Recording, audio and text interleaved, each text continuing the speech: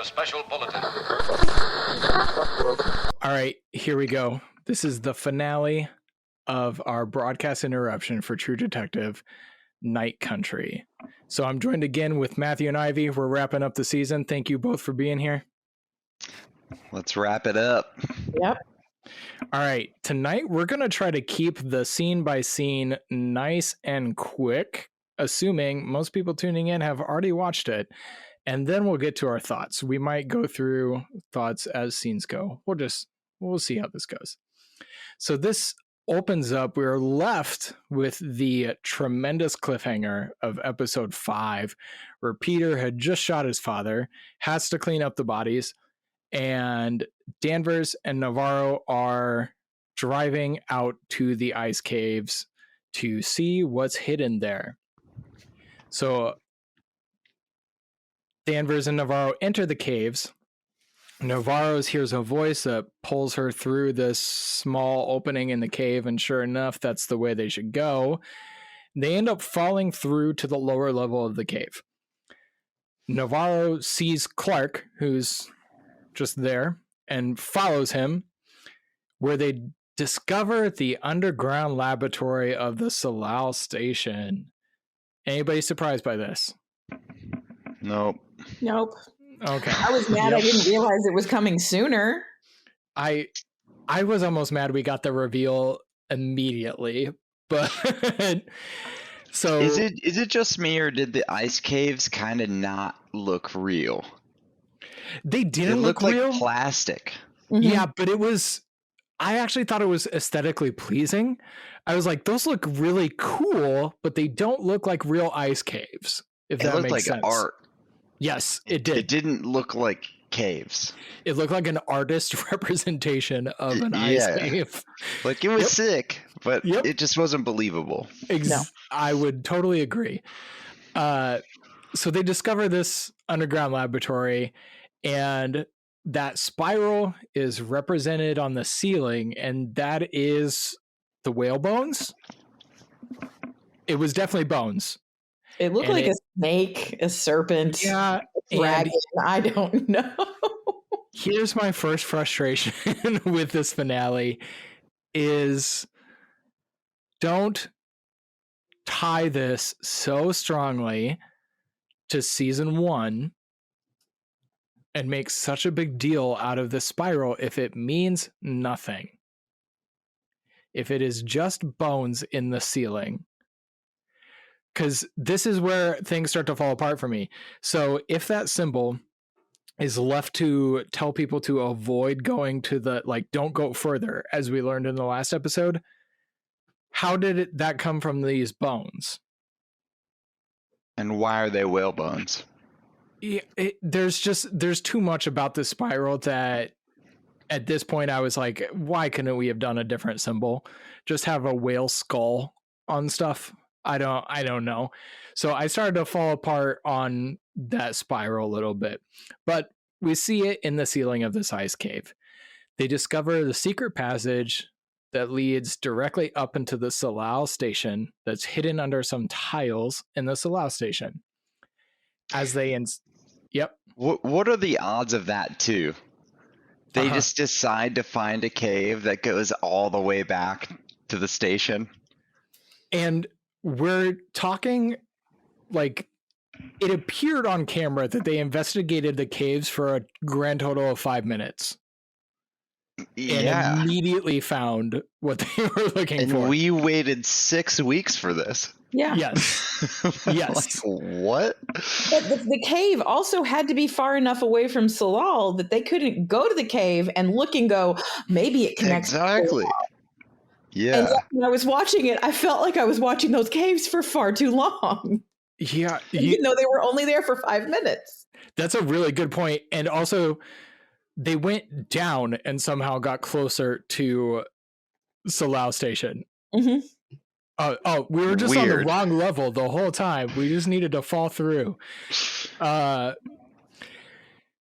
Okay, so they discover this patch that leads to Salal. As they inspect it, Clark attacks them, and Navarro gets knocked out, but somehow overpowers him off camera and is beating him.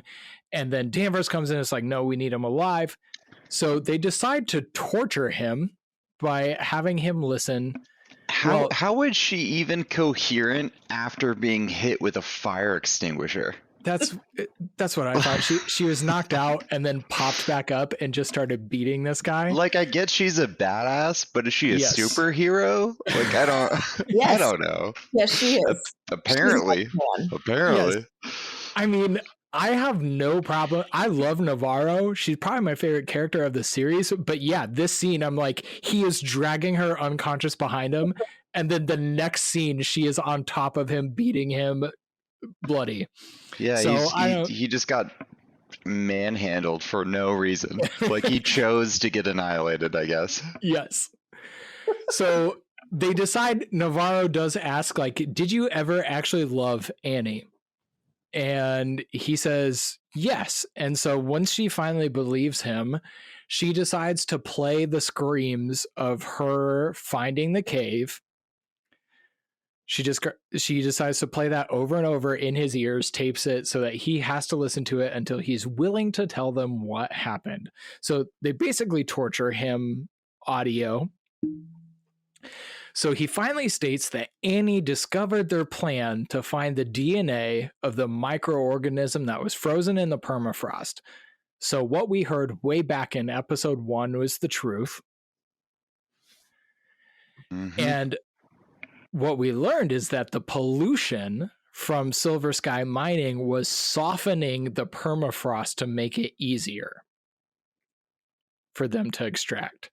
So it was this cyclical, like, hey, you soften the permafrost, we'll feed false numbers. And then the argument for why this was all okay was that this DNA thing that they weren't even sure was going to work would save a lot of people.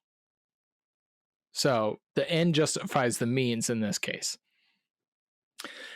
So they're faking the toxicity records. They find the microorganism and they hope the pollution would continue to make the job easy. He denies being the person who attacked Annie in the video, as her screams actually woke him up. We see the rest of the scientists. Annie stumbles in to the underground lab, and through a chain of events, she gets stabbed. And then, well, I wasn't like, he actually is the one who chokes her to death. She's stabbed multiple times with a mining drill bit, the star-shaped wounds. Yes. And then Clark is the one who actually, she like wakes up, regains consciousness, is screaming, and Clark is the one who chokes her to end it all. So he and the rest of the scientists find Lund stabbing her to death after she started destroying the underground facility. And that's how Annie died. And I was just like, this is more along the lines of what I expected for Annie. Yeah. I was not disappointed with the explanation for Annie's murder. This is everything that we've been given so far. I was like, this checks out. The only thing I didn't care for it was trying to elevate the emotion of Clark choking her to death. They really focused on that scene, and I was like, I don't care for it. I only heard about how much they loved each other. We never saw it on screen. I don't quite understand why that death was so significant. Also, there was zero discussion of asphyxiation being what actually killed her. They talked about how she was killed by the 32 or 37 stab wounds. So I just didn't need that moment.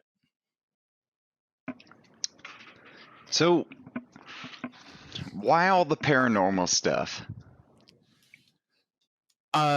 So and then they still cling on to it as well. Yeah, I am genuinely under the impression right now that the paranormal stuff just relates to Ennis, that Ennis is a haunted town.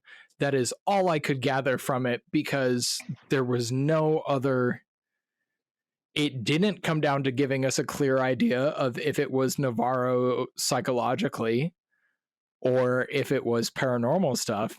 I also will get into it with the scientist deaths as well, but I was just under the impression that Ennis is haunted. Got it. Yeah. You sound satisfied with that answer. I mean, that's the best answer I think I could have gotten, right? Like it just seemed very, I don't know, this entire season, you can tell it's separate from the rest. That's all. Yeah. Well, I definitely think they hooked some people who might have fallen off, me, Yeah. and they definitely hooked some horror fans by Yep. leaning so heavily into the paranormal at the beginning. Yep. So it was definitely an attempt to grab us all. It's a money grab. Yeah, because it didn't pay off in the end. We'll get into that more with the scientist death. I have a lot of thoughts with that. So we go to Peter, who is disposing of the bodies of Hank and Otis. We see him cleaning up. And then Leah arrives and he tells her, you can't be here. He's already cleaned up at this point. She doesn't see anything. There's like a mildly suspenseful scene where there's still a bullet in the wall. The bullet that had to have gone through his father's head is embedded in the wall, and he has to hide that from Kayla. But he insists that Kayla needs to go be with, or Leah needs to go be with Kayla, his wife, so that she doesn't spend New Year's alone. He has something he has to take care of. Would you agree, both of you, that Peter kind of low-key carried the show? Yes. Well, I feel like without him, this would have been a wash. I will say he's definitely one of my favorite characters by the end of the season. Yeah. I'm going back. Yes, I jump thought that back. was the tooth they pulled out of the wall, and I just Googled it, and at least one other person thought it was a tooth, not a bullet. Okay. I did. I thought that was a tooth. I didn't look at it that closely. I definitely thought it was the bullet that went through his head, but no, I'm like, am I insane? Now I might want to go back and just rewatch that one scene and see what it is. But okay, I'm gonna be on this for a moment, but let's move on. Yeah. So this scene did wrap it up a little bit too nicely between Kayla and Peter. They've been having this issue all along about Peter not being involved in the family. And then the last episode, we got this hint about like she was upset about having to have a kid and she wasn't ready and he was. And then he drops Leah off at the house. Kayla can tell something is wrong. She gets in the car and is like, what's going on? And he's like, I have something I have to take care of. And then she kisses him and says, come back home. And I'm just like, okay. I don't quite follow how that suddenly made everything okay. Other than maybe Kayla could definitely tell he was stressed, under duress, upset about something. But that's a stretch because it's not there. It's Peter's Finn Bennett, the actor, is doing a nice job. I have zero complaints about him through the series. But there's just something missing from this scene that tells me how they arrived to being okay again. I want to say something that's probably a little controversial. All right, well, let's hear it. But this entire season was very female forward. Yes. Like everything about this, like if you look at it from a female perspective, it makes more sense. But that's the only way you can look at it, because if you look at it any other way from a male perspective, I mean, Peter did the most. Yeah. In my opinion. He just didn't get the respect that he deserved. And then, I don't know. It was just interesting writing is all. So it's interesting you bring that up. I looked back on it, and the only two male characters in the entire series that were portrayed positively were Kavik and Peter. And Peter wasn't always portrayed positively. I don't even know if either of them were portrayed positively. He was I putting Kavik was. He kind of was positioned. He was a little bit of a doormat. He was kind of a pussy. Yeah, he was a little bit of a doormat. I mean, I don't know. I just noticed that like everything is very female forward in this season, which is cool. Like whatever, who cares? But and like, Peter, there's no man moments. That's all. Well, Peter also, I say he was portrayed positively, but like you said, he also put his job before his family constantly. And I was waiting for him to stand up and be like, no, my family comes first. That's what, like you're saying. I wanted him to stand up to Danvers and say, Kayla needs me. Yeah. My kid needs me. I'm going to go home and I'm going to be the father that I didn't have. And that's what like they established. So I thought they did a great job of establishing that he had, I don't want to say a deadbeat dad, but he had a problematic father. He beat him. He was a little bit more problematic. Okay, very fair. But this episode did nothing to show that Peter is going to break that cycle. Anybody who says blood is blood, Peter, just get out of my face. Psychologically abusive. Yeah. So that's where I ultimately, like, Kayla kisses him in the car and is like, come back home. And we're supposed to believe that they're all good. No, I didn't buy it. Yeah, there's so much missing. See, she loves the sweet idiot, but like Peter being a police officer pays the bills. Yeah. She does not. She's a student at the moment. Yeah. She's a student. Who pays for her tuition? Probably Peter. Yeah. I mean, who buys the diapers? Probably Peter. He's not getting money from his dad. Well, he's like, steal from me, boy. Blood is blood, Peter. I'll smack you in the face again. Like, we saw that her job was working at the laundromat in the previous episode. And that's why Liz Danvers was like, kind of harshly mean to that older woman who I believe is her grandmother or something, right? Like, I don't know.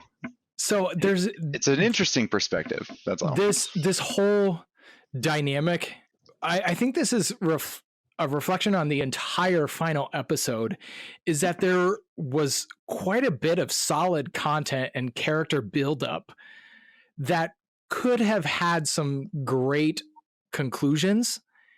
And I think yet again, as every episode before it, we only got 20% more of the information. We didn't get the full resolution.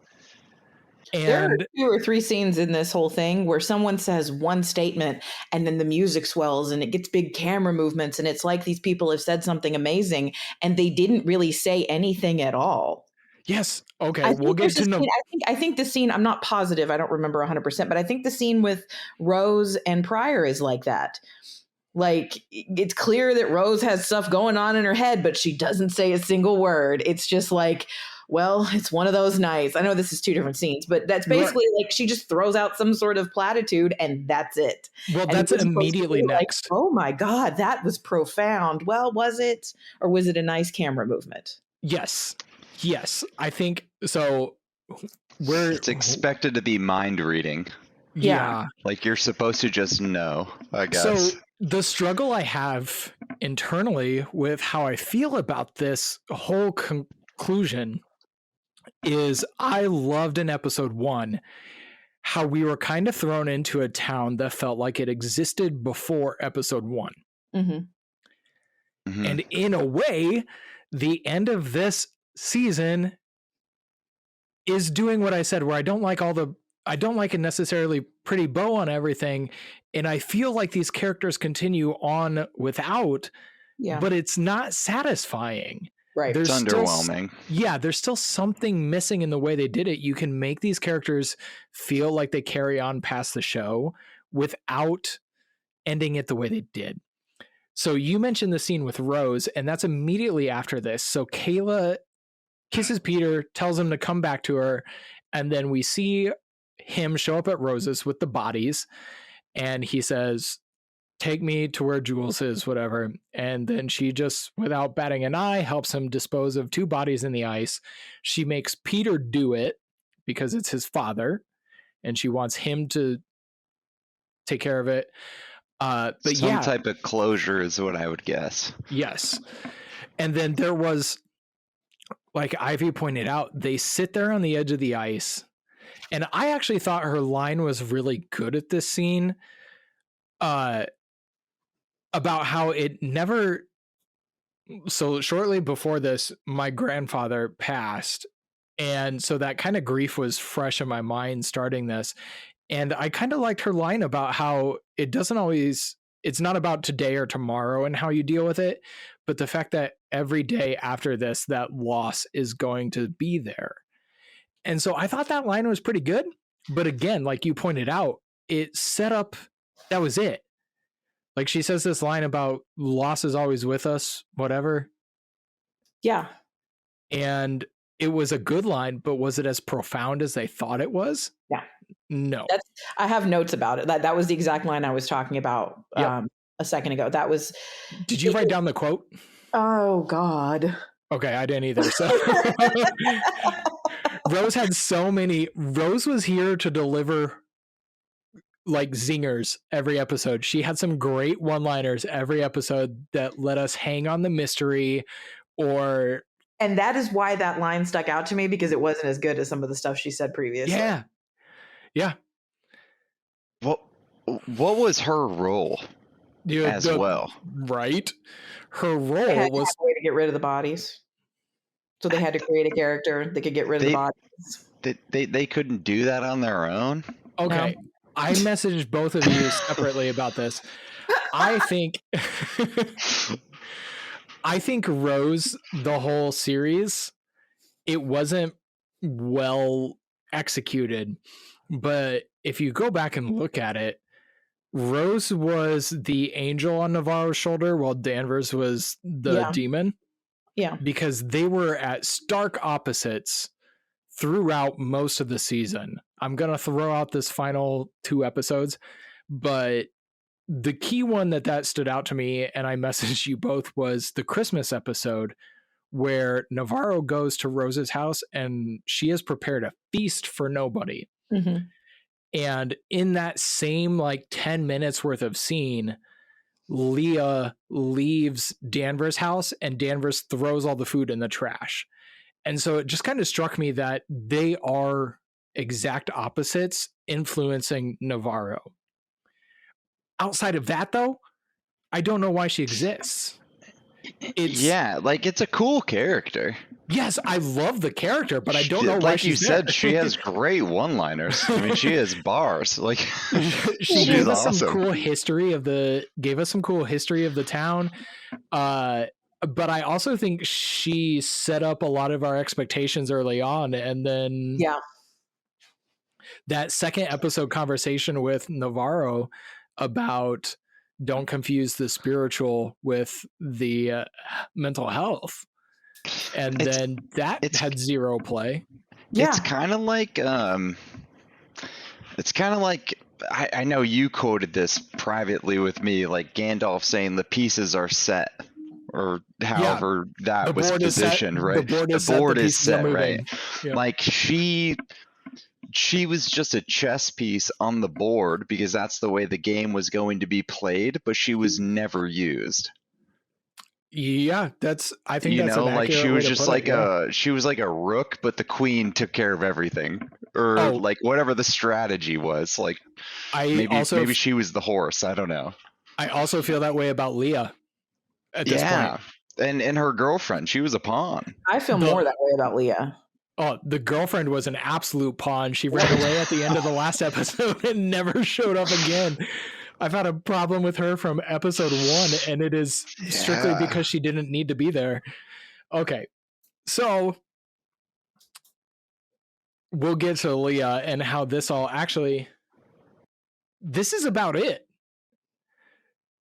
Peter and Leah have that interaction, and then Leah's like worried about Danvers. She wants her to come home. Why is she gone so late? Whatever. The end for Leah. Yeah. We don't get an answer of how, and I said I didn't need this, and I'll stand by the fact that I don't need this. But even in the kind of epilogue to the episode, we didn't get, are Leah and Danvers doing great now? Like, we don't happy know. and they have sandwiches, and that's all we need to know, yes, apparently. Yes. But Leah comes home. I thought Leah was definitely going to get wrapped up in helping Peter dispose of these bodies. And I thought so too, because she's such a strong character. Yes. I thought that she was going to be involved somehow, like some way she was going to see Peter doing something and be like, what is happening? And then he was going to break down and be like, help me with this. Like that's what the teaser trailer even kind of implied. And then just literally nothing. Like Peter is clearly the best person ever to keep a secret. Like he's just the best, I guess. Like, well, he's been keeping secrets of his father's abuse for decades at this point. Everyone knew that kid was getting beaten up. Killed him, kept it a secret. Just cleaned it up, kept it a secret. He just doesn't break. And that's he's the guy who doesn't break. Nobody bats an eye at it either. Like, hangs on? Okay. See ya. Yeah. So the only reason I can figure out that Leah exists at this point, because we don't get an answer to her relationship to Holden, other than we can infer, we can guess that she was the dad's daughter, like I mentioned earlier, from a previous relationship. But that's not explained anywhere. There's no evidence of that, other than that she is currently in Danvers' care. And it's her stepmother. So since we're on the topic of like flashbacks and like trying to figure out what was going on, did we ever figure out what was happening in the room with Danvers and the guy who killed that woman? William Wheeler. What do you mean? Did we figure it out? It was a pretty good picture of exactly, like we know. We Navarro didn't see it though, right? Yes. No, but we know Navarro killed him. We know Navarro killed him. Yeah, but that's it. It's too open-ended. I don't know. Navarro had a ghostly dream sequence thing, and then shot him, and they cleaned it up, and it was done. So yeah, I think she's like. I think she has like schizophrenia or something. Well, that's what they want you to think. Yeah, that is okay. You can think that because we don't get any answers. You have no answer. I was have no answers. Half and half, but they couldn't even give us half and half. They gave us nothing. Nope, absolutely nothing. So Danvers, I'll stop derailing us. Sorry. No, that's more entertaining than yes, this is. I'm having more fun with this conversation than I did with the final episode. Same. So Danvers leaves the room. Her conversation with Navarro, she's leaving the room where they had Clark tied up and they're torturing him. Her conversation with Navarro reveals that Navarro shot Wheeler. Danvers suggests that she was considering doing it herself, so that's why she helped clean up. Clark then chimes in, claims that Annie returned to kill the scientists. So that's what she's awake, which I have problems with. Yeah, expand on this, please. Because they mentioned it 25 times. So everybody says she's awake. She's awake.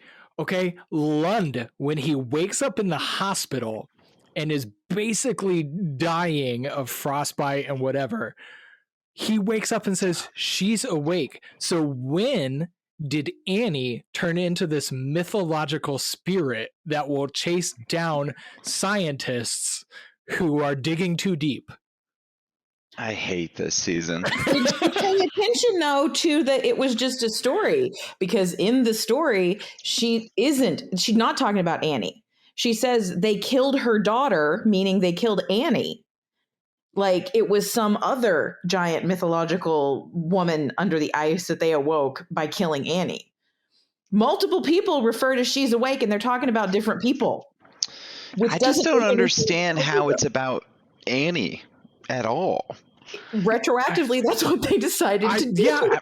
I get it. Like, I'm kind of following, but I'm just like, okay.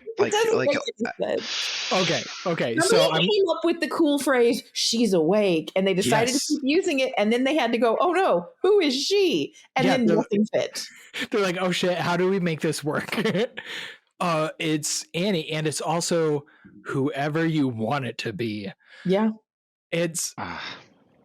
So that's one of my big issues when it comes to when we find out what killed the scientists. So yeah, somehow Annie turned into this mythological She's Awake. I have major problems with why Clark has a seizure that turned out to be Navarro time traveling in a dream sequence. And Clark goes, I don't think it was time travel. I just think it was stylistic choice. But then he's like, she's awake. And how would he assume Annie's awake? Anyways. Oh, it's awful. So Clark claims Annie returned. She's awake to kill the scientists because they're poisoning the people, prompting him to hide in the passageway, the hidden cave lab. So he hid directly under the floorboards while his fellow compatriots were being slaughtered above him, at least according to his hearing. He asks Navarro to put him out of his misery. She angrily gets him to walk out of the station and die by freezing to death, like the other scientists. Also, like, with Navarro, how many times is she just going to lose her cool? Over and over. It's like every episode almost. Like, she just screams or yells. It's like, are you supposed to be like an enforcer? Like you're like a child. Like, I don't know. I had a really hard time with her character. It is interesting to me that she keeps her cool in scenes like when Leah was at the protests. Mm-hmm. Yeah, and then she kicks the shit out of that cop for no reason. Like, but then if it turns back to being about Annie, Navarro loses her cool. Yeah, she just blows up. Yeah, so it was interesting to me to see that. And at one point, so early on in the season, they really make it clear that, well, not clear, that Navarro thinks the murder was racially motivated. That the miners killed her and they don't care what happened to her, blah, blah, blah, blah. And I definitely took that early on, that it was racially motivated. That's why Navarro was so passionate about getting answers. But then when she finds out that that wasn't the case, she's still just as frustrated. And in some ways, that's carrying on that she's about the justice. She wants the people to answer for this, but it's still, there was no realization for her that what she assumed happened all along was not what happened. And I think that was just either it was well-paced clues along the way, but I just felt like there was something missing from her realization of what actually went down. So I just don't believe her. You think she's fake? Maybe not fake, but like her acting was fine. Like I just don't think that her character made sense in the show, because like if we break down what her character actually is, it's this weird supernatural background where her mom is like psycho. We have no idea, no answers from that. Didn't explain that, yeah.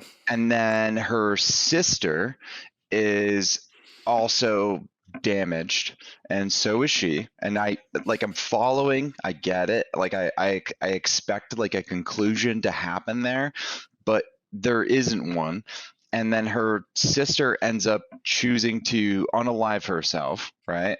Mhm. And it's almost like she cares about Annie more than her sister, which Yes. is weird to me. Yes. Yes. And I just don't get it. It doesn't make sense. And then like her and Danvers' relationship, like they're not even really friends, but she's just trying to be corporate motivated because she wants to be around Danvers, because Danvers even says it. Like, yeah, I think you want to work with me. I don't want to work with you. Right?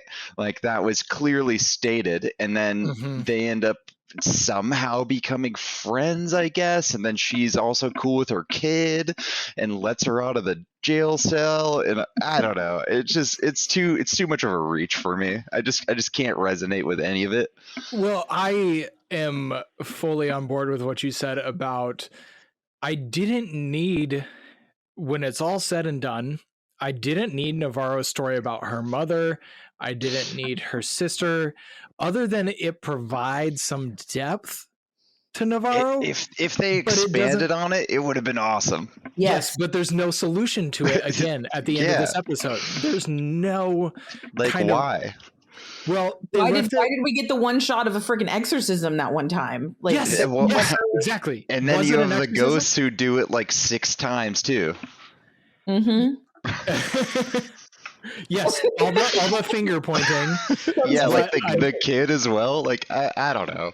Yeah, and the only solution we get to this whole Navarro storyline, and the reason why it's so unsatisfying, is that the solution is it's the family curse that passes from one of them to the other and is chasing them down, and that is not a satisfying It's so solution. weak. It is Yeah. not.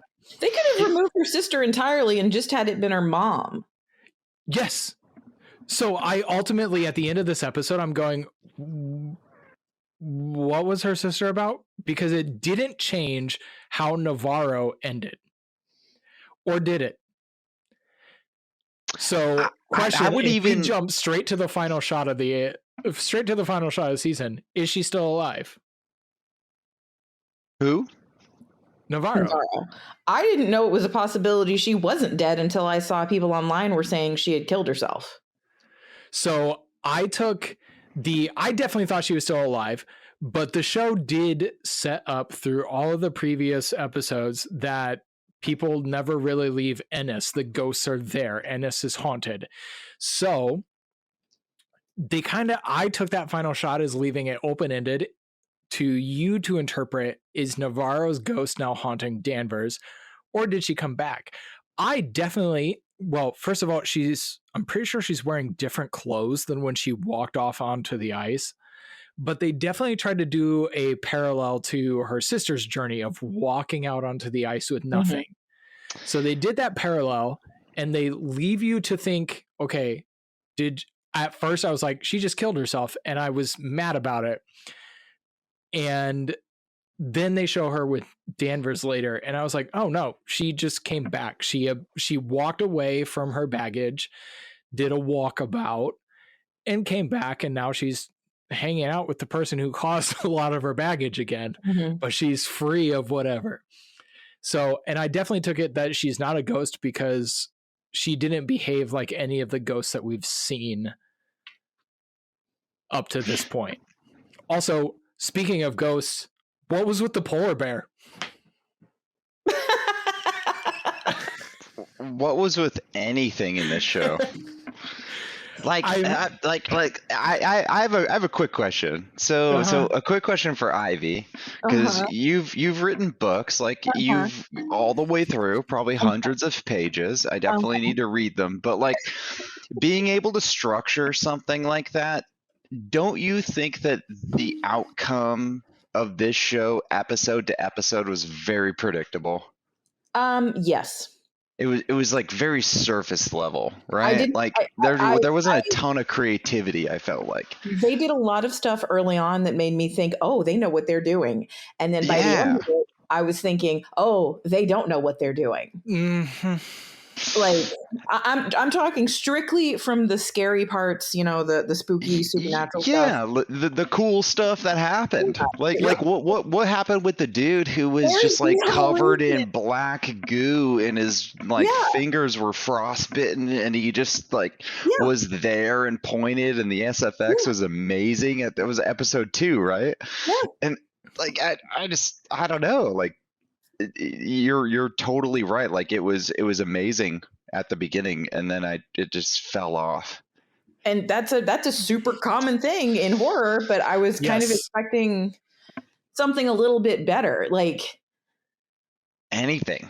there's so many different things they were trying to shove in there that they didn't follow. There was nothing, there was no payoff. There was nothing. Like the most exciting thing to me was finding out that Salal wanted them to be poisoning everything. Like that Yes. was exciting to find out. Like that's messed up. But ooh, Danvers made an orange peel into a spiral. That's not doing it for me. Yeah, again, the spiral's there and it means nothing. So to visualize like a visual representation of this episode is a juggler who just keeps adding balls, adding balls, Mhm. adding balls, and it's really cool until they realize that they can only handle 3 at a time and just drop all of the other balls. And we're left with 3. That's a great analogy. I love that. Yep. Because they're juggling all of this stuff, giving us all of these clues and all of these little things to latch onto, and ultimately it doesn't matter. And it's disappointing. So I'm loving the conversation. Let's get to some of the other things that are frustrating and some of the things that I thought this episode did really well.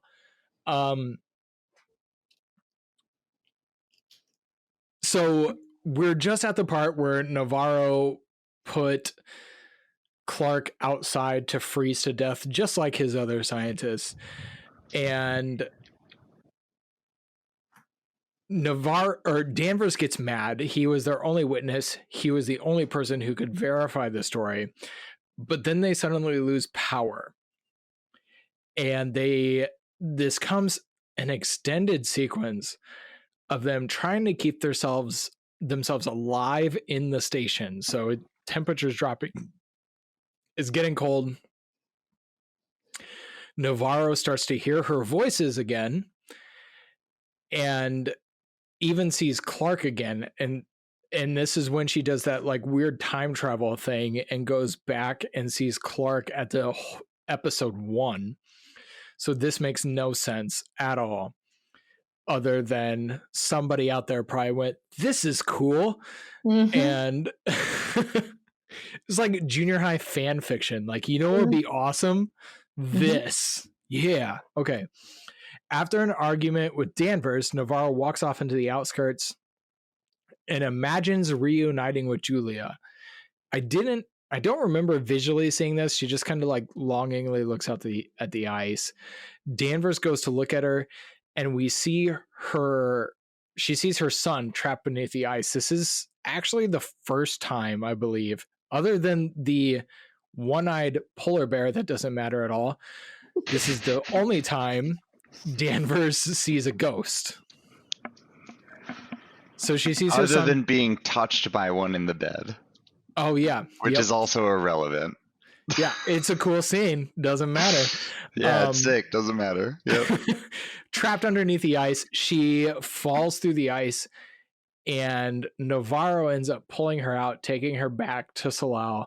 Navarro claims that she saw Danvers' son, and this is actually one of the scenes that I don't want to say I loved it in the finale, but I didn't mind this scene because I felt like up until this point, one of the things the show has done well is give us these characters with extensive backgrounds.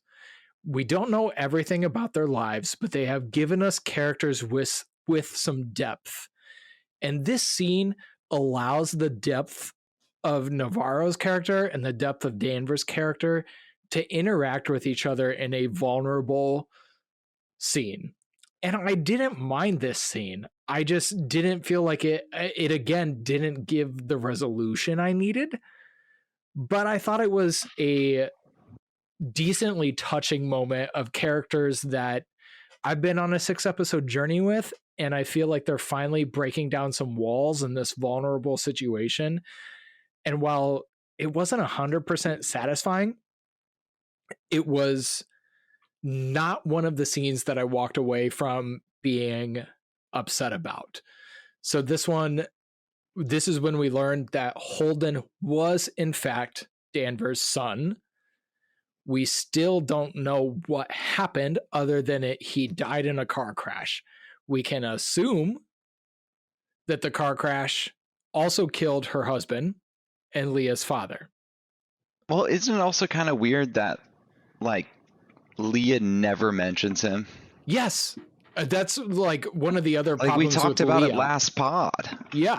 Leah never mentions it. So I still don't like, I put Other that. than to say, you don't have to take care of me, he would be fine with it. Does she talk about her dad? No, not at all. It's strange. Like, the only thing she cares about is underage girls. Or wait, was that Like, what is her purpose in the show, too? I don't know. I don't get it. where there was a scene where somebody mentioned smoking pot, and she mentions that he might have smoked too, and Yeah. she's like, no way. And other than that, though, like, it's 2 scenes. It is 2 times that she mentions her father. She never, like, what this needed, we got the answer kind of to Holden. We don't know why, other than the tragedy of his death. We don't know why it upsets Danvers so much. We don't know what did that have to do with the drunk woman in episode 1, other than it was a car crash. We also don't know why Holden showed up in Navarro's dream saying, "Tell my mommy." Yeah. Tell my mommy I see her. I would say that's the proof that they're trying to tell us it was supernatural with her. And the ghost of Holden needed something because he can't talk to Jodie Foster. I don't know. Well, but It was weird. I did like the depth behind that choice of line. It's a little cheesy, but the season has shown Navarro on a destructive, or not Navarro, Danvers on a destructive trajectory. Mm-hmm. And for her to hear that her son sees her in all of her negative, all of her bad choices, as well as her good choices, I think that's kind of a depth to like, oh, maybe I should straighten up because he's watching. So I didn't hate that line. I did think it was a little bit on the nose, a little cheesy. But if you put the depth of, they've established for these 6 episodes that just about everybody hates Danvers. And then for her to hear in the final episode that her young son sees that, would be kind of like, nobody wants their child to realize that everybody hates them. You know, that would be kind of a devastating thing to realize. But again, it's one of those things where they kind of glossed over the depth of that moment.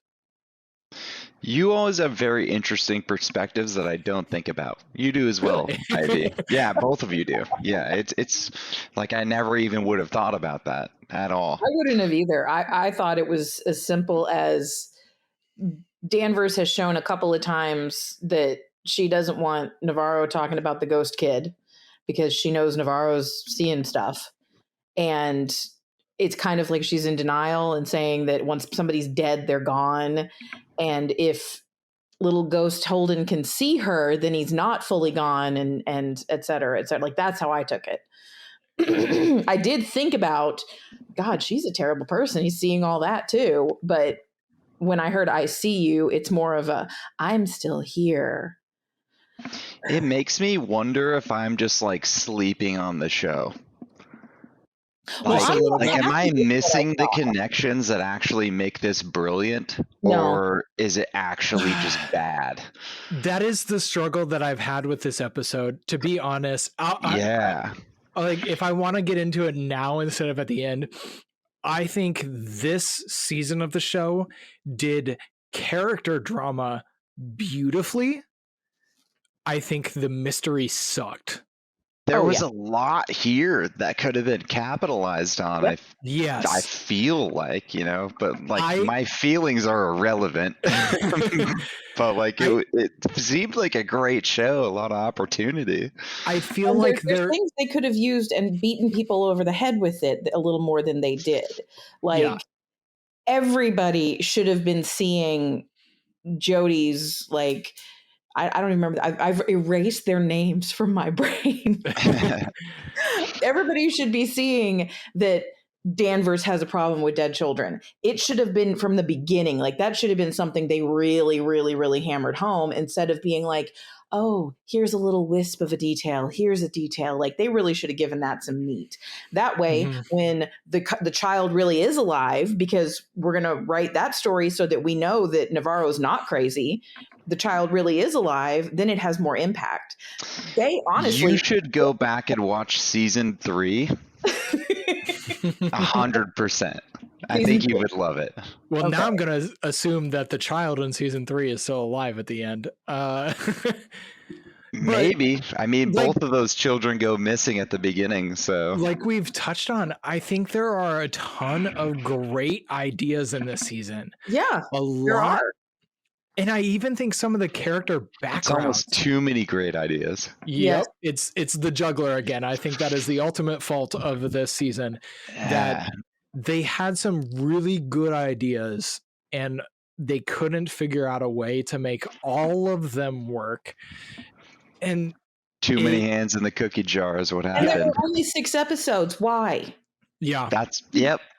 I was going to mention that as well. Okay. Like if it was 12 episodes, I think we could have dug way deeper into every single character and gotten way more. So ultimately, my argument, it's not much of an argument, but the reason why I think they couldn't do more episodes is because the core mystery of what happened here is so disappointing that if they had dragged this out for 12 episodes and then we find out what happened to the Salau guys, I would have been mad that I invested. Here's how I would have restructured the entire show, and it would have been a fucking hit. I swear to God. Here's what I would do. The Night Country is the Night Country. Like, dig into that way deeper. Like, we got one cave. Who gives a shit? No one cares. And it went back to the science station. No one cares. Whatever. What you should have done is went all the way out there with Otis, had him die there, and Hank also died there. And then Kate was also there. So then you have like a way to tie in the rest of the show back to the mining station, and it would have been the ice rink too. So then you could have brought the whole Tuttle family back into the show. And then the spiral might have made sense at some point because it just didn't matter at all, the entire show. So what I would have done is I would have had Jodie Foster and then also Navarro go out there into the Night Country and then dig deep, and then they would have popped up somewhere different, like the police station or something, and then maybe tied like the lieutenant back in because she's chief, because that story also fell off for no reason at all. Yeah. Like there's so many great options here, and they just didn't do anything. And that's why I was really disappointed, because like she's not a bad writer. I just wonder if too many people got involved and said this is the way things need to be. And then also, Ivy, you were saying it too, like maybe like the whole award type situation for Jodie, something like that. Like maybe politics got involved, and that's why it was only 6 episodes. I don't know. So but it could have been great. I did feel that award situation with this episode in particular, because they definitely gave Danvers some more emotional range in this final episode. Yeah. But Peter would have gotten it. Peter was good. I think he would have gotten like a Also, supporting role award. Slip-On. I think the guy who played Hank was fantastic. Oh yeah, and He Ivy said was last so pod good. that he wrote the song, He did. Yeah. and you and I were both like, that's Johnny Cash, basically. Yeah, Like, he was so good. so good. So you mentioned the spiral again, and I am just at the point with this whole season and the Night Country, which Otis at the end of episode 4 going, he's in the Night Country now, really just meant he's in the ice caves. And Yeah. it was not nothing to freak out about, but it really just made me wish that they had dropped the True Detective title Yeah. and called this the Night Country. And then Yes, preach. cut all ties. Why are we using the spiral from season 1 if it doesn't matter? There's no point. Why are we bringing in Rust Cole's father if it doesn't matter? And This so whole thing felt like a soundbite. Before we started recording, I told Ivy I felt duped. They oversold us and then underdelivered. So they sold us like, hey, season 1 connections, like we're gonna bring this full circle, and then we're not at all. We're gonna it almost made the mystery of season 1 less in general by finding out like, oh, that spiral drawn on that dead girl's body from season 1 is actually just whale bones in an ice cave in Alaska. Make it make sense. I actually went back and watched season 1 again, and the interesting part is Rust talks about his dad already being dead at the end, which kind of messes up the time frame. Because at the end of season 1, he talks about, I think we talked about it 2 pods ago, maybe. I know, Ivy, you were asking a question in terms of like if there was something supernatural about that. And I was talking about like he could see this like kind of galaxy type deal in the last episode. And then he also says specifically that he felt his daughter and his dad like as they have already moved on. I don't know. It's just kind of strange, because then we see his dad in season 4, and he also like the storyline makes sense. Like he dies from, I think, lung cancer, leukemia, something like that. Yeah. But he mentions him already moved on. And I think season 1 was in Louisiana back in like 95. And it seems like this new season 4, is very much more modern. I would say maybe 2015, something like that. So I don't know. I think there's like a timing thing that's a little off. I did well, I just lost my train of thought there. There's no reason they can't include cute little winky Easter eggs. But when you're promoting the show, you need to make it clear, oh, we just threw that in for fans. It doesn't mean anything.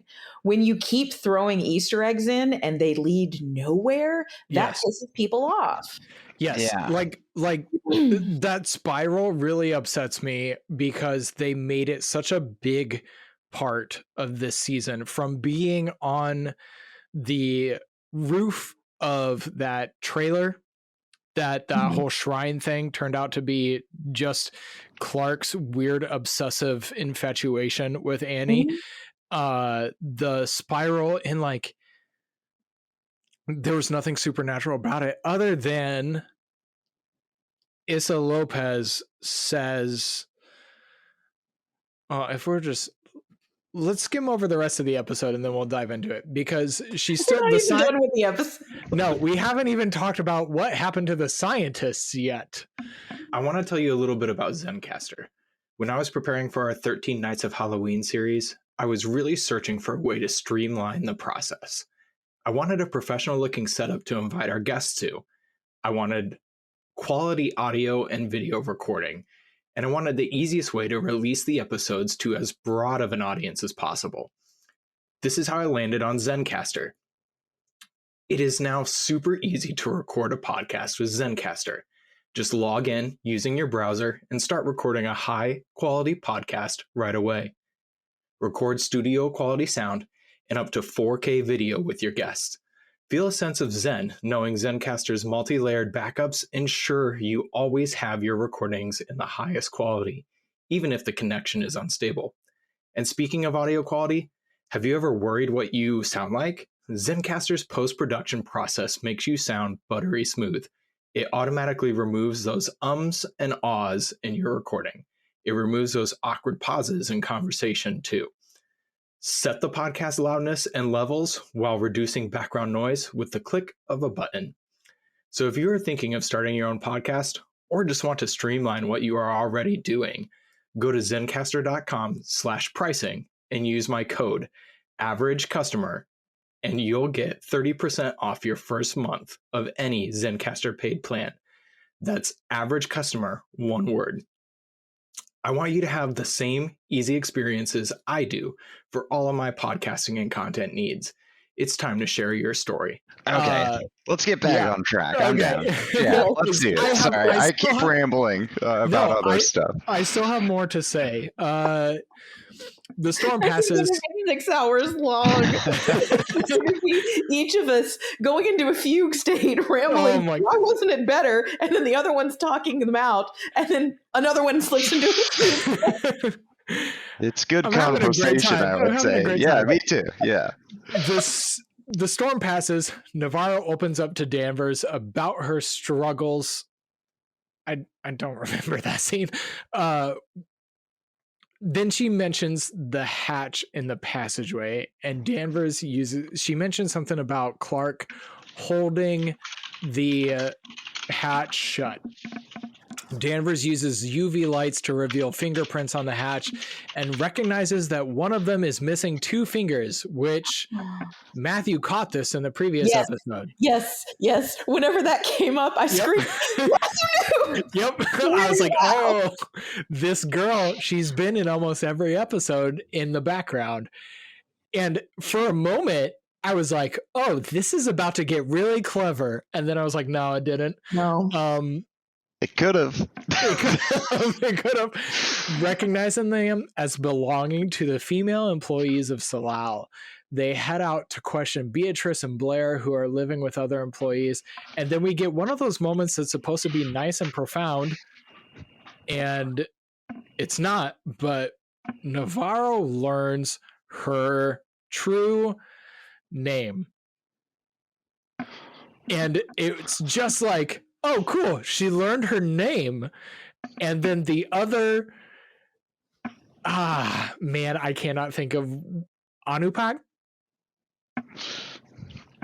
Well, something like that. All of a sudden, they respect her because she knows her name. Yeah. That is my problem with it. I didn't mind. I thought the setup of that, her not knowing her name, was intriguing. I was okay with that. I was ready to follow that story. But then she finds out her name and she's like, my name is Evangeline, whatever that name was, Navarro. And everybody's like, oh, yes, okay. And I'm just, okay. And it's all good now. It's all great. So the women reveal that they discovered the hatch in the underground laboratory while cleaning. They're mopping something up and the water is disappearing between the tiles. And they discovered the hatch and they go down there and they discover the underground lab. But they didn't tell the police because they didn't think anything would change. The employees, I want to know up until that point why they would believe that. Because Hank at this point was okay. He was I guess we could assume they were corrupt because Hank was brought in to cover up Annie's death. So the employees decided to just moved her body. Yeah, he just moved her body. He didn't kill her. Quotes. The employees moved her body to a storage container somewhere, as if one of the scientists couldn't do that. They had to call Hank to do it.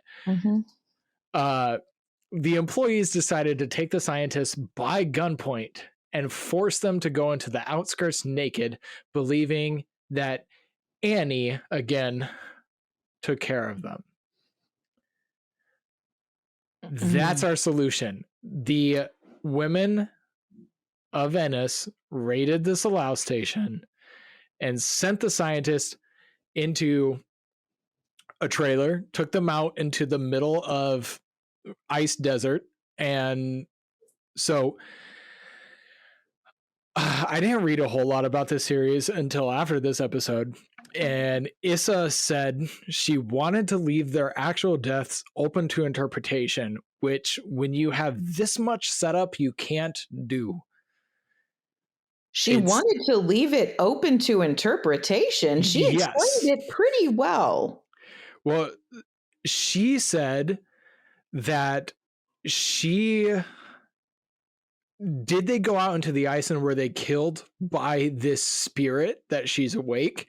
Is that what killed them? Because we had that veterinarian from 3 episodes ago who said they died of fright. We also had the forensics say that they died of a slab avalanche. So we have 2 conflicting reports, and we get no answer to that other than they were left out there naked in the cold. So you could easily assume either one. So they never touch on why any of the clothes are folded. No, they did. They showed they showed one of the girls folding the clothes in case the scientists changed their minds, I think it said. No, in case she who is awake changed her mind. Oh, yes, in case the spirit changed her mind. Yeah. Which is Navarro. No, Annie. Right, it doesn't make sense. I was thinking that Navarro would be the spirit because her sister folded her clothes when she chose to unalive herself. Oh no, that was just a misleading it was just a part of it. Okay, got it. Oh God, I have things to say that I don't know how to say without getting myself in trouble. Just be careful. I want to hear what you have to say though. So I wanted to wait until now because I wanted to establish these women with their guns being the scary thing. What you said have a problem earlier, with this. What you said about it being very female centric. It is. I feel the exact same way. However, it's being written, a lot of it is being written in the way female-centric stories were written 10, 15 years ago. Okay. Like the relationship with Kavik and Navarro. 15 years ago, oh my God, she's such a mess and he loves her and he's going to keep everything together for her and he's going to be her rock. Well, now it just, 15 years have passed. And now Hallmark Channel has done 117 movies with that storyline. Exactly. Like now we see that she's an asshole and she's using him as to be her doormat. And we saw that in the sex scene. We saw all kinds of weird shit where she was playing more of a masculine role in that scene. Yeah. I would say. Yep. And they didn't need to do it. Like they didn't. They just clung to these weird It was too over the top for me. It was unbelievable almost. 15 or 20 years ago, a pack of women with guns would have been because you really hadn't seen a lot of that, and it would have been girl power. Now it's just nobody's going to question these women. We're not going to dig into this a little bit. Okay. We're just going to let that happen. But on the other end, I believe that they weren't believing people and that they felt they had to take it into their own hands. I just don't think the story handled it in the best way. Well, and you bring it up. So this is where I had a major issue with what happened to the scientists is the story assumes throughout the entire thing that these women do not have husbands or boyfriends who also care about what happened to their children. Mm-hmm. That's true. And this is where I got upset because, yes, they have every reason to be frustrated. And the show has done an excellent job, I think, up until this point, giving us, like, I'm siding with these women. Yes, go after those Salau guys who are fudging numbers. They are the villains right now. Do it. I'm all for it. But I also think the husband who just lost his son is going to be pretty pissed off about it too. Mm-hmm. It just never touches on it. Yes, even at all. So then it was at this point that I went back and realized even the memorial or the wake they were having for the stillborns, all women. The men of this group don't exist, other than the only time we saw the men in this season was the bar fight in, I think, the second episode.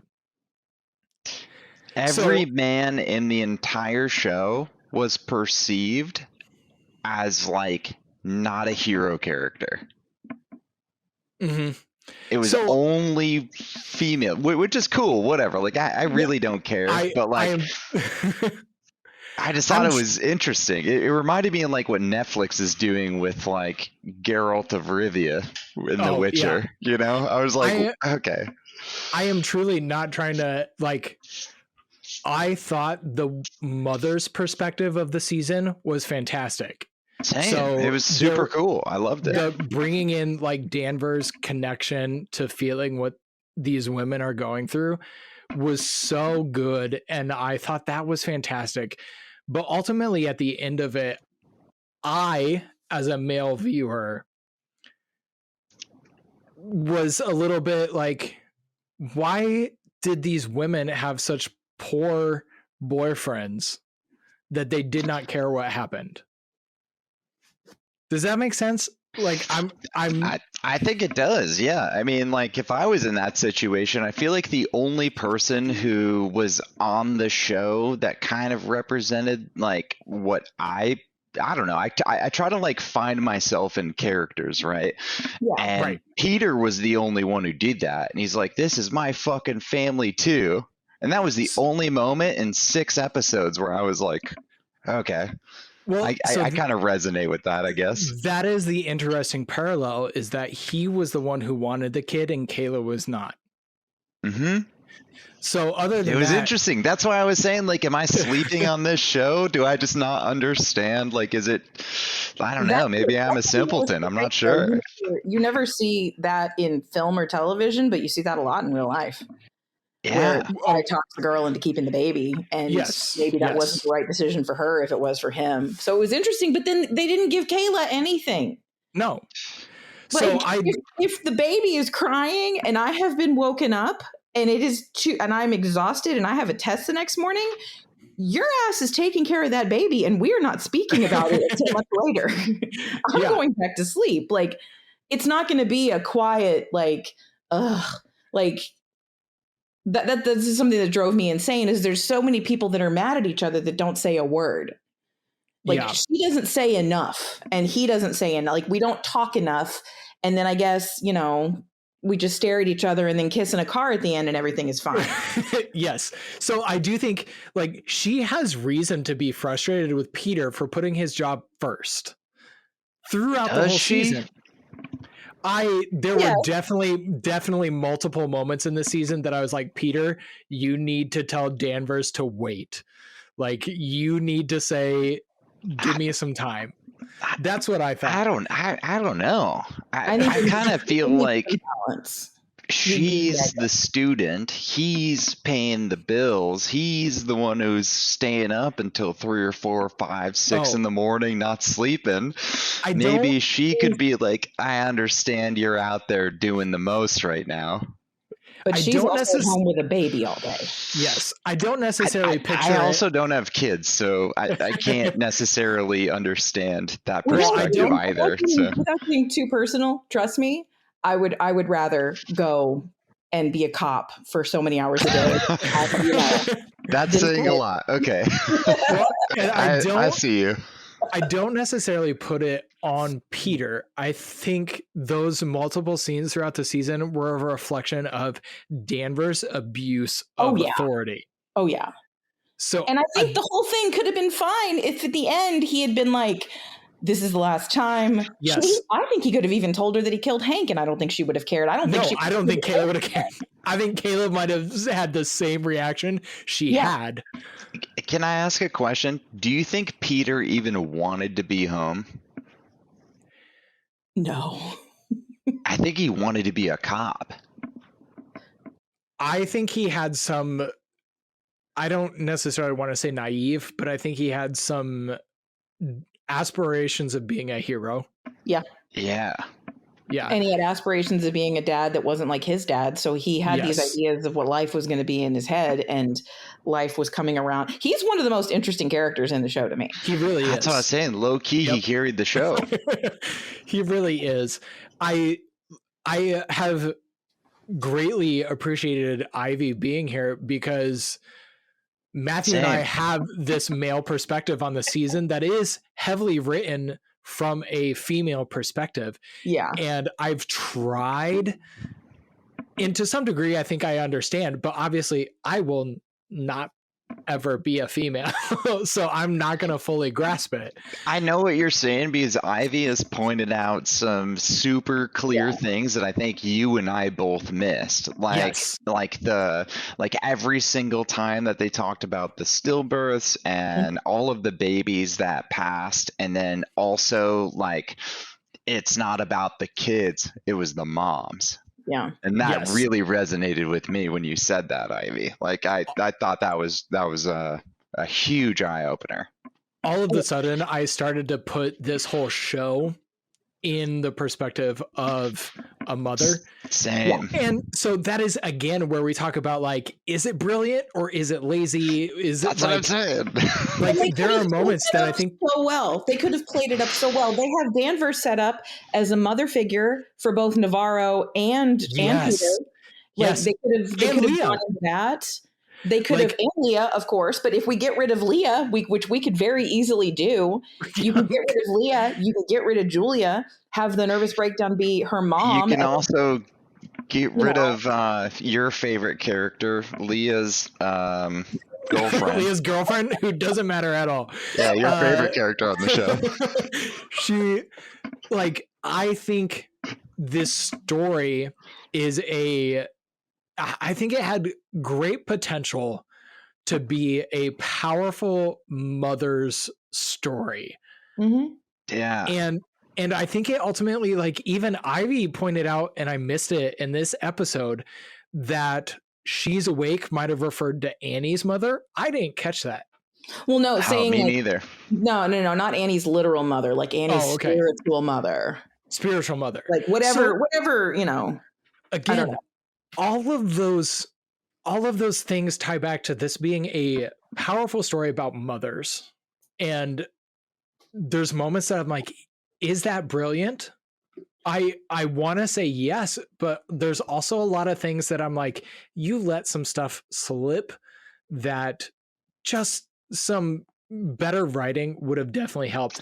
And it's so hard to say that because I never once watched the season saying that scene had cringy dialogue or that scene felt forced. I never felt that in the writing. It was almost like every scene on a small, intimate scale was really well written, but the overall themes and connections were too loose and stretched too thin. It was very predictable. Ultimately, the simplest solution was the correct solution, is the route they went. And there were moments that I was like, is this also a story? And I think it could be a story about grief, because everybody in this episode suffered some kind of loss and dealt with it in a different way. And so again, I'm like, is this a brilliant representation of grief? And ultimately, I don't think so, because we didn't get that clear And again, it doesn't need to be crystal clear, but Well, we needed some resolution. you have scenes kind of like where Navarro crawls into bed with Kavik and does that scene where she just like kind of covers his mouth, like don't talk, but I'm here. Yeah. But then you also have like the other scene where she just chooses to fight 5 guys. And I'm like, yeah, so some of this is great. Some of it's brilliant. I love it. That's Like, another thing. I resonated with that, like that mouth scene. I was like, I love that. Like, it seems like they're in love, you know, like I love love. But then I'm like, okay, she's just going to fight 5 dudes. And then he's like, oh, I guess you lost a tooth. And then she doesn't actually have any missing teeth. I'm like, I don't understand. Whatever. See, and I thought those were both, again, representations of her dealing with that grief. Was that anger and frustration drives her to fight those guys. But then when she comes down from it, she just needs that companionship. And there were so many intimate scenes. Mostly, like, the one that stands out to me is when Navarro comes back from that fight and Kavik is cleaning her up. That I appreciated that scene for showing. It was great. Yeah. It shows Kavik in a tender and soft situation, and I thought that was beautiful. And I said, and he also pulled her finger, like, not as like a fart joke or whatever, but like he pulled her finger because he was resetting it, you know. And then he did the whole proposal type thing, and I don't know, I got caught by that. I was like, that was great writing. So there were I don't think this show suffered in terms of writing. I think the dialogue was great, but I think it suffered in terms of structure and ultimate resolution. Yes. I haven't even brought up the tongue. We have made it this far without bringing up one of the major points of the show. Where did it come from?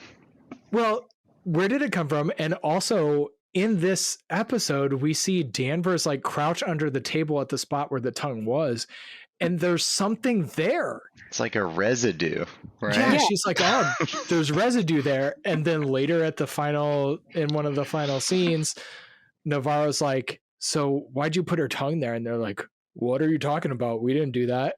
And that is it. Stupid. So we decided to make a piece of physical evidence. A human body part is what the mystical, like, ooh, that's what we're going with? Yeah.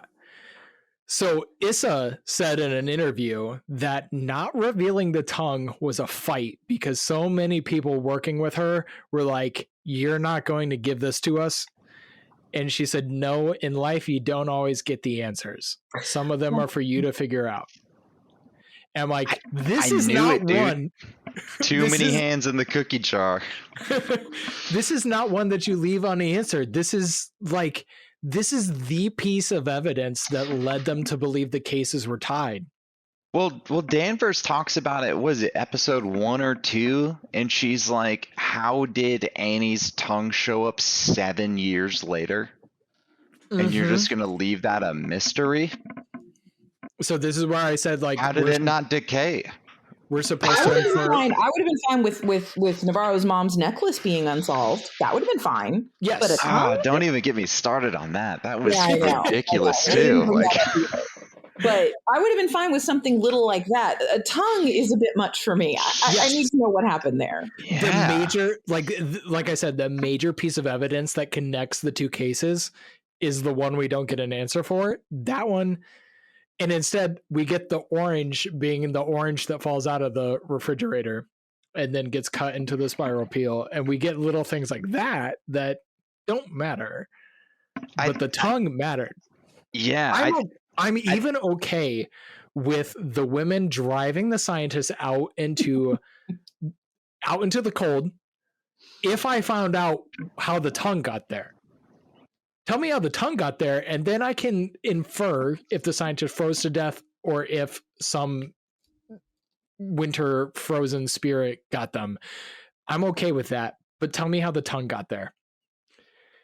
The other thing is, the opening scene to the entire season now just pisses me off because if you think back to that hunter who was watching the elk that suddenly scattered when they saw something. Who was that guy? Who was that guy? What did the elk see out there that drove them to jump off a cliff? I try to not be a pessimist, but I knew from episode 1 that this was going to be a wash.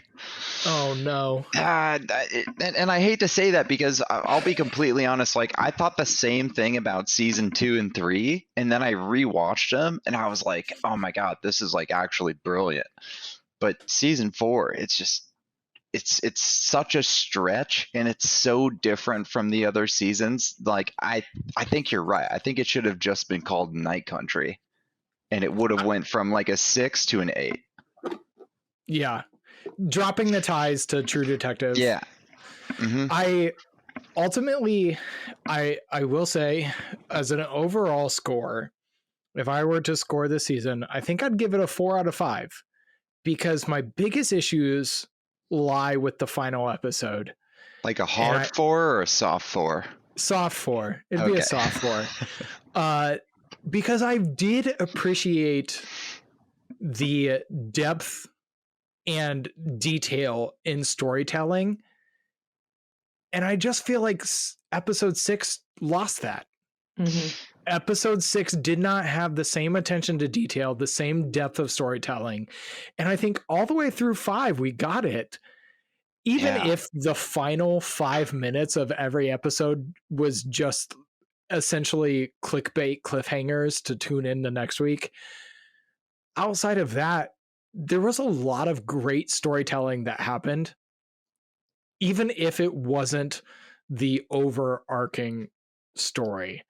So I think that's where I fall on, like, I am not satisfied with this conclusion, but for the most part, I enjoyed this season.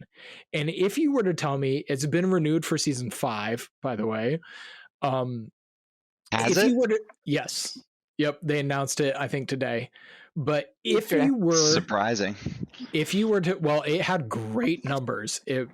Which is also surprising. And it's Lisa Lopez. She's doing it again. So. Yes, she'll be back. So if you were to tell me that season 5 was to continue the story of Danvers and Navarro, honestly, I would probably tune in because we've established so much about them that I'm to the point where I kind of care about them. Do I like them? Not necessarily. Do I care about them? Yes. Would I continue their journey? Yes. And season 5 could extrapolate more on some of those clues that were dropped that we didn't get. That's not the True Detective method. So I don't see that happening. But with Issa as the new showrunner, she could change it up. I don't know, but I struggled with, we talked about this season would kind of be made or broken on how they tied everything up. Mm-hmm. And I still go back and forth. I don't think the overall mystery is quite as profound as they set it up to be. But I do think the characters are worth paying attention to. I do think some of the smaller stories that are told in this larger story are interesting and are worth seeing. So we talked about like the stories about mothers and their children. I think that's some interesting stuff. I could not tell you any other stories that I've seen that talk about Danvers' story of a mother losing her child that way. I couldn't tell you similar stories about Navarro seeing her family overcome with a mental illness that, even though it's shown spiritually, I can't tell you those parallels. And ultimately, I'm frustrated that they didn't have a greater impact on the conclusion. But on their own, they are interesting and deep stories. just the story that tied it all together left a lot to be desired. So Yes. I think that's where I fall. There's, like we've talked about, some of the direction is brilliant. Some of the show looks so good. The construction looks so good. So that's my struggle. And I think that's why I land on like a 4 out of 5. It's not perfect, but I like some of these character stories on its own. Navarro and her sister and her mother are interesting on their Yeah. own. Mm-hmm. I Peter could see and this his story father. being expanded on for sure. Yes. Peter and his father, they are interesting on their own. Danvers and her son and Leah, it's all interesting. It all has great potential. I am just disappointed because episode 6 felt rushed, and it felt like we skipped over a lot to kind of get to a conclusion, and that ultimately leaves me meh. But I'm trying to bring up the positives, because It kind of seemed like almost like The Walking Dead, and the way that they structure their shows is they do season 1 and season 2 are actually the same season, but there's like a lull in between. So like Okay. if they did the same thing with this show, I could see them maybe not being in Ennis anymore and sort of true detectiving whatever outside of there and like kind of chasing down leads or something maybe. That might be interesting. I'm convinced Because they're I going agree. to Hawaii next. Hawaii? You're convinced what? At the end, Danvers has a coffee cup that's a Yes. Hawaii coffee cup, and I was like, Yes. she's waving that thing a little too close to the I saw that too. to the camera. The That's an Hawaii Easter egg logo right there. The Hawaii logo is Yes. plain for you to see. Yep, I caught that Interesting. too. So maybe that's what it'll be. You think we'll just see Danvers poolside next season? Just the way it opens up? They're vacationing. Yeah. It's all related to Volcano God this time. She's just in no. like a bikini and a gun. All right.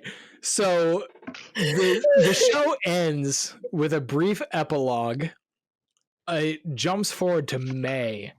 So the last scene was in January. We jump forward to May 12th, and in a scene that is very reminiscent of season 1, Danvers is being questioned about Hank's disappearance. She reports that Hank killed Otis, and the police are still out there looking for Hank. Navarro has vanished from Ennis. She walked out into the ice. Clark's confession has caused Silver Sky Mining to be closed. Danvers and Leah have reconciled. We got that through Ivy mentioned the scene with sandwiches. That's how we determined they were reconciled. And Peter now spends more time with his family. All of this is seen brief, real quick shots. And when Danvers is asked about the veracity of the sightings of Navarro, she replies, "This is Ennis. Nobody really leaves forever." And the final shot shows Danvers at a lake house with Navarro nearby. And that's how it ends. So we've already kind of given, I gave my final thoughts. If anybody wants to chime in and give kind of your, I know we were all over the place on this final episode, and I'm not disappointed. I like some good conversation, but make sure we all get a chance to say. I would like to hear what Ivy thinks. Yes. Oh, yay. Well, I'm not happy, but I'm not mad. I think whelmed is probably the best. And I think the reason that I'm not happy is because there is so much good stuff here. And it feels like it needed not the show needed a better editor. It feels like it needed to go through a couple more drafts and a couple more edits, and somebody needed to say, you need to, I know you think this is a great idea, but you need to get rid of this. I'm not even sure that there were too many cooks.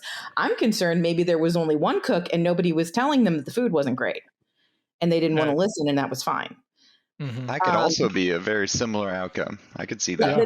There are certain people that are so famous that nobody, like, you cannot edit Stephen King.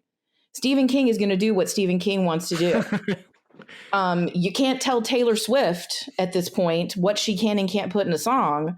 So if she puts something stupid in and makes a fool out of herself, it's all on her. Like there's certain people you can't edit, and it feels like there might have been a little bit of that going on here a little bit. It's a huge fear of mine whenever I'm working on something where I'm like, this adorably clever thing that I really enjoy. Like I just cut an entire chapter that I had in like out of a book that I'm writing that I love, and I would love to see it in there, but I'm like, this has no reason. There's no reason for this. I can fix this in one sentence. I don't need to write 2,000 words. Mm-hmm. So it feels like somebody needed to say, maybe we don't need to have multiple different younger girls. Maybe we can have Navarro's perspective on that. Like it seemed like there were two, like it seemed like both Leah and Navarro were trying to find their roots, and they were living, you know, with white people and trying to figure all of that out. Yes. You could combine very similar stories for both of them. You could combine those two stories, save yourself some time, tighten it up, bam. Mm-hmm. And I write female centric stories. I write, you know, things like that. And I want to see more of that. And I find myself a lot saying, why isn't there more pregnancy themed horror? Why isn't there more child loss themed horror? Why isn't there more eating disorder themed horror? That's another one that I'm like, these are like female issues where you could really be touching on these things, but we're just going to girl power our way into having people dragged out onto the ice, you know? Yeah. Like, yeah. They could have done more, and I'm sad they didn't. Will I watch season 5? Absolutely. Would I tell somebody not to watch this? No. There were certain people I would suggest it to. Absolutely. Mm-hmm. Would I go back and watch it again? Not if I didn't have a reason. Yeah. Like I wouldn't say ew, never, but I would need, like, it would need to be if we were doing a season 5 and it seemed like we needed to get brushed back up on season 4 for some reason. Like I would do it for a podcast, but that's about it.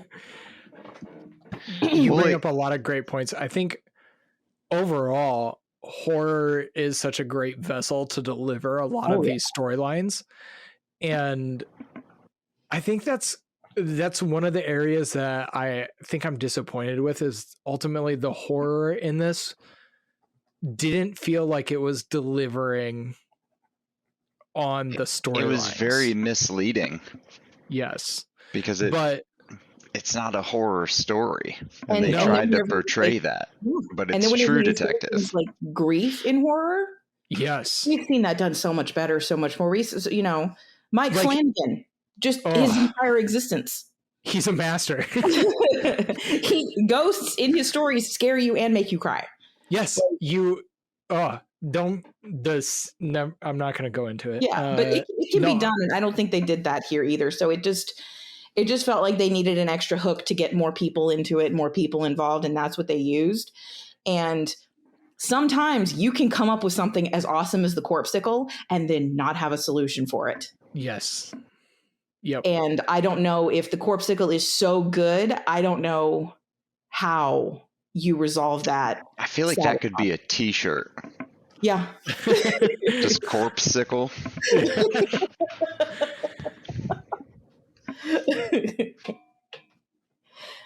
No, those are great points. And definitely, I mean, one of my favorite horror movies of all time is Rosemary's Baby. Yeah. Which is, have you seen that one, Matthew? I have not.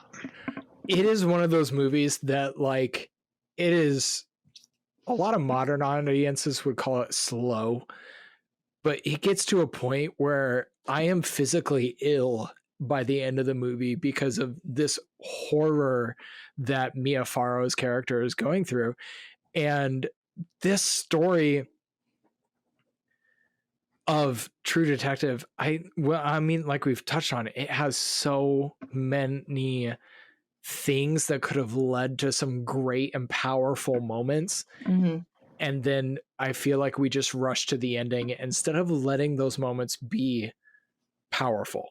We built them up for 5 episodes to resolve them in.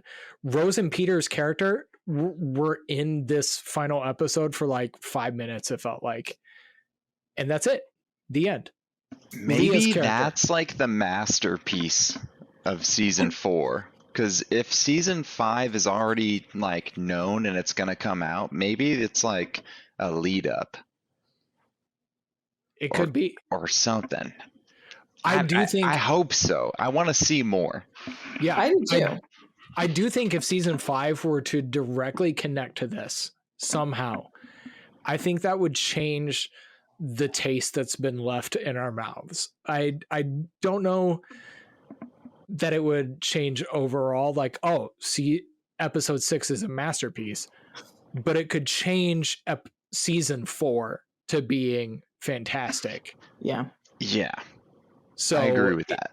It does depend, and seeing that they're bringing back the same showrunner and the way she wanted to tie this to season 1, I could see season 5 having more ties to what's already being done. Seeing the feedback from this episode, maybe not this episode. For instance,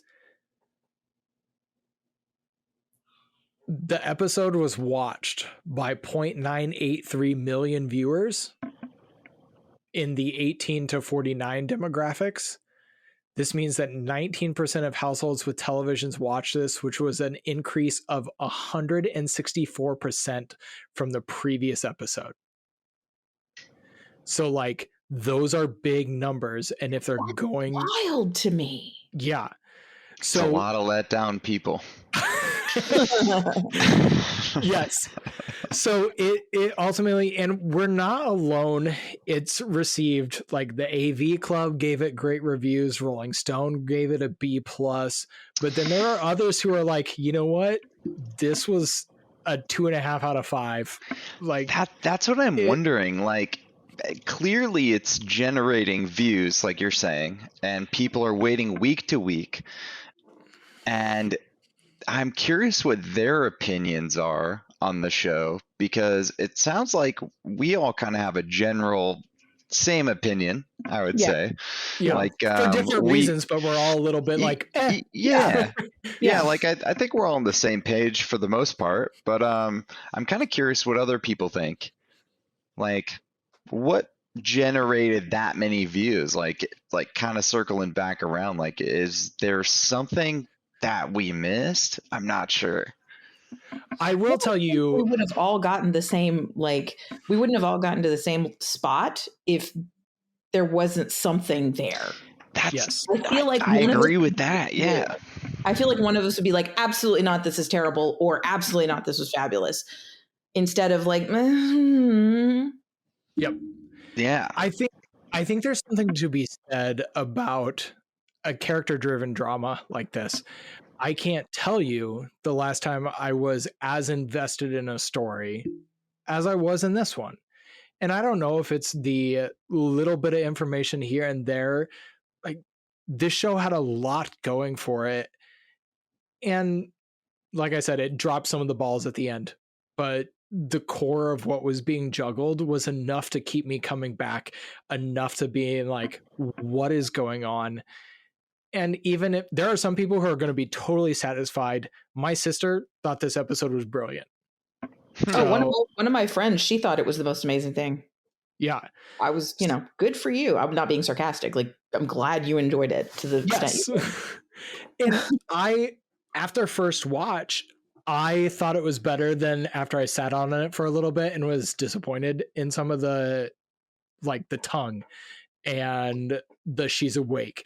After I sat and thought about it, I started to get a little bit more upset. But on first watch, I appreciated the way it stepped back from everything it had done prior and focused on characters.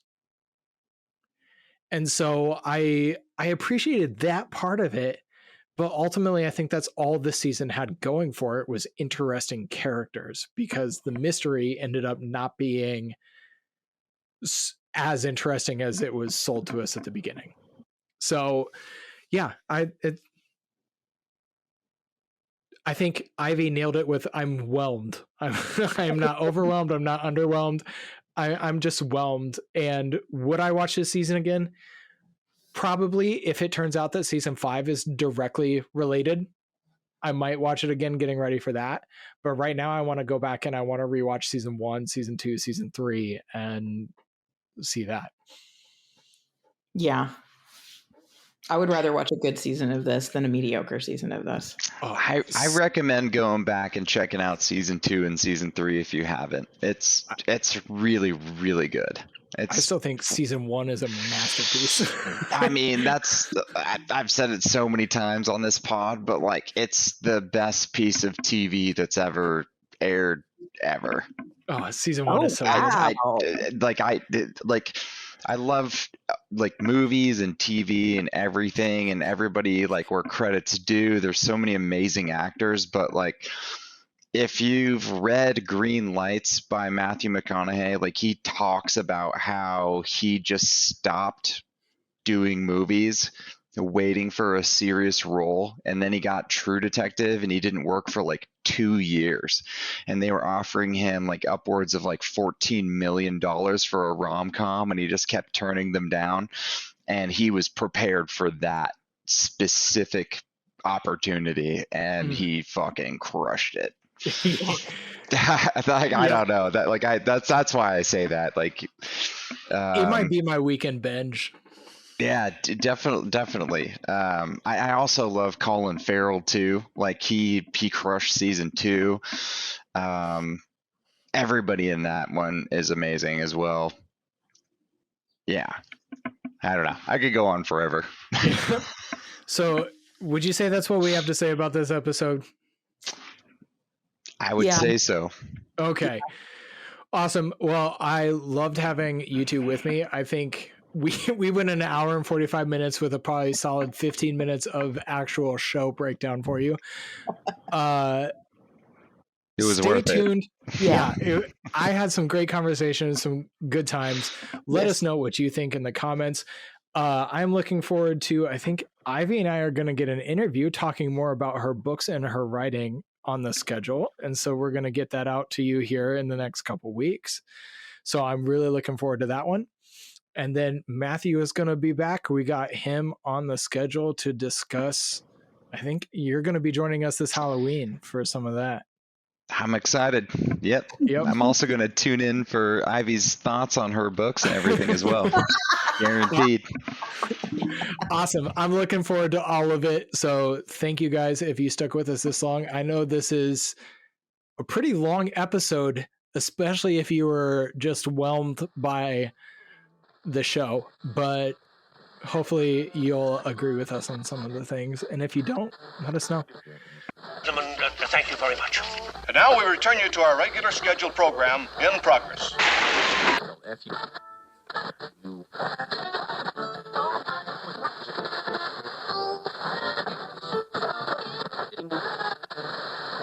Means that